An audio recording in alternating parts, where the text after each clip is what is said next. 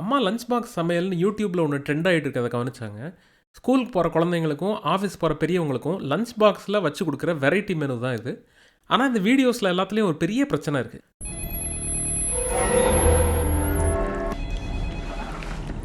Number 1, disclaimer, taste is subjective. So இது என்னுடைய தனிப்பட்ட கருத்து. இது முக்கால்வாசி ஐட்டம் ப்ரிப்பரேஷன் ரொம்ப சுமாராக இருக்குது, பார்க்கவும் கன்றாவியாக இருக்குது.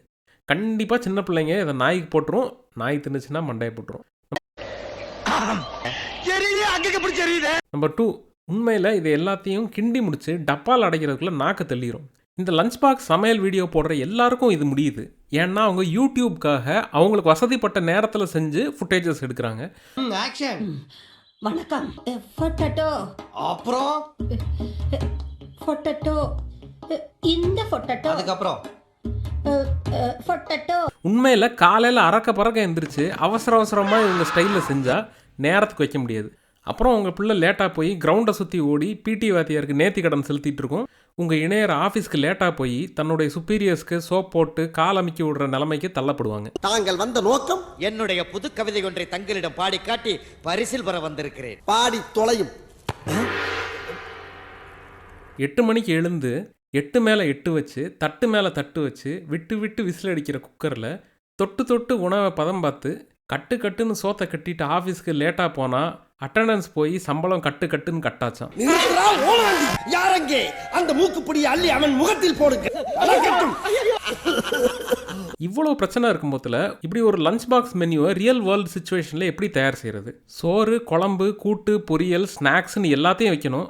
அதை 40 நிமிஷத்துக்குள்ளே காலையில் எந்திரிச்சு கிளம்பிக்கிட்டே சைடில் வைக்கணும். ஸோ லஞ்ச் பாக்ஸில் என்ன வைக்கிறோங்கிறத விட எப்படி டப்பாவை கட்டிட்டு டைமுக்கு ஆஃபீஸ்க்கும் ஸ்கூலுக்கும் அனுப்புகிறோம் மற்றும் போகிறோங்கிறது தான் முக்கியமான கேள்வி. நம்பகத்தன்மைக்காகவும் இதில் எவ்வளோ நேரம் எடுக்குதுன்னு காட்டுறதுக்காகவும் ஒரு டைமர் வைக்க போகிறோம். அதுக்கு முன்னாடி இந்த சமையலுக்கு தேவையான ஒன்றை அன்பாக்ஸ் பண்ண போகிறோம்.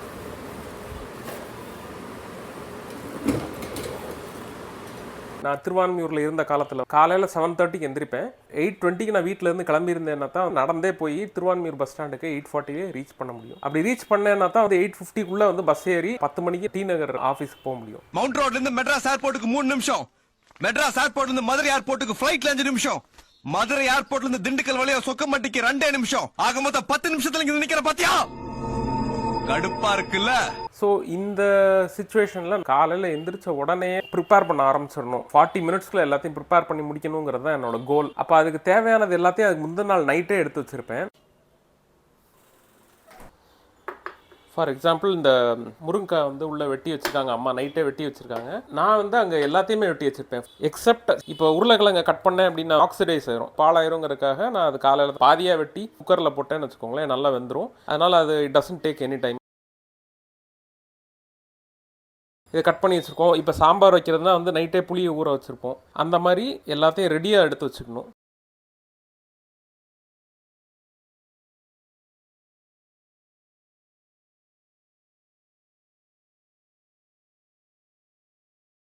அரிசி, பருப்பு எல்லாத்தையும் கழுவி செப்பரேட்டரில் வச்சு போதுமான அளவு தண்ணி ஊற்றி உப்பு போட்டு அதையும் நைட்டே ஊற வச்சுருறது ரொம்ப ஈஸி. ஊற வச்ச அரிசி, ஊற வச்ச பருப்பு, அப்புறம் மேல் தட்டில் காய்கறி, இதெல்லாம் செப்பரேட்டரில் வச்சது அப்படியே இருக்கும். அது மூங்குற அளவுக்கு தண்ணி இருந்தால் போதும். ரொம்ப ஊற்றிட்டிங்கன்னா அது மிதக்க ஆரம்பிச்சிடும்.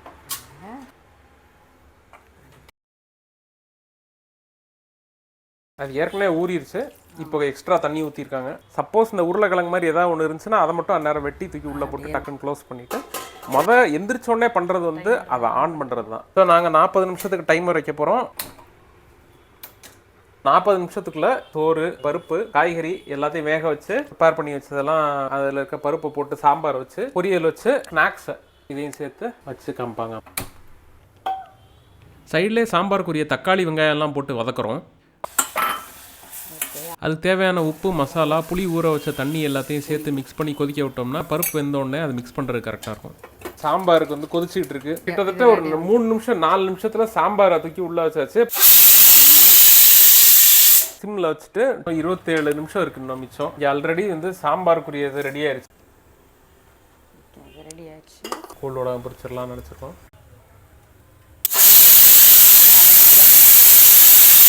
நாலு விசில் வந்துருச்சு. இப்போ ஆஃப் பண்ணியாச்சு.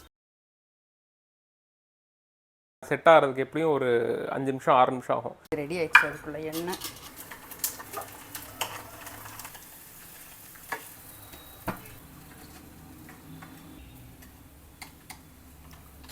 இன்னும் 22 நிமிஷம் இருக்கு பாருங்க. இதெல்லாம் பத்தாது, இத்தினுண்டா எடுத்தோம்னா போட்டு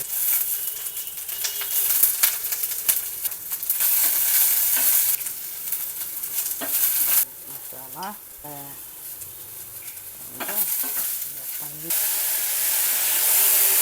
ஸோ இன்னும் 16 நிமிஷத்துக்கு மேலே இருக்குது. இப்போ உருளைக்கிழங்குக்குரியது வந்துக்கிட்டு இருக்கு. குக்கர் செட் ஆகலை. செட் ஆனதும் உருளைக்கிழங்கு அதில் போட்டுடலாம். சவுச்சவுக்கு பச்சை மிளகா தான் போட்டு தாளிக்க போகிறோம். இதை ஆஃப் பண்ணிடுவோம். இன்ச் பண்ணி எடுத்தாச்சு தேங்காய். அது இப்போ சவுச்சவுக்கு தாளிக்கிறாங்க. உளுந்தம்பருப்பு 12 நிமிஷம் இருக்குது. செட் ஆயிடுச்சு. அது எடுக்கிறதுக்கு ஒரு டூல் கொடுத்துருக்காங்க, அந்த கிளிப்பை பிடிச்சி தூக்குறதுக்கு. சவுச்சவுலேருந்து அதாவே தண்ணி வந்துருக்கு.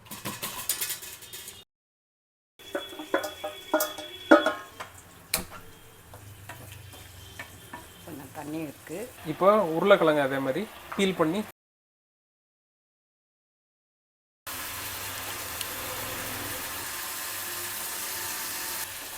அதில் நம்ம உப்பு சேர்த்துருக்கோம். இப்போ அதில் தேங்காய் சேர்த்தா கரெக்டாக வந்துடும்.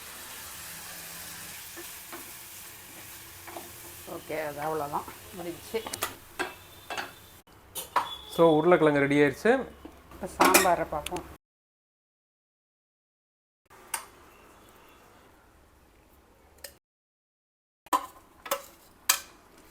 இல்லை தண்ணி சேர்த்துக்கலாம் இன்னும்.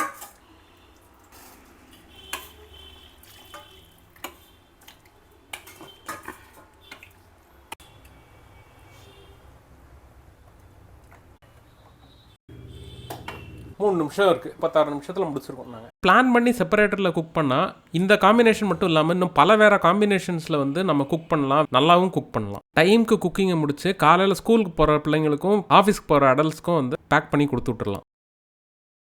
தேங்க்ஸ் ஃபார் வாட்சிங். எங்கள் கண்டென்ட் பிடிச்சிருந்தா please do like, share and subscribe.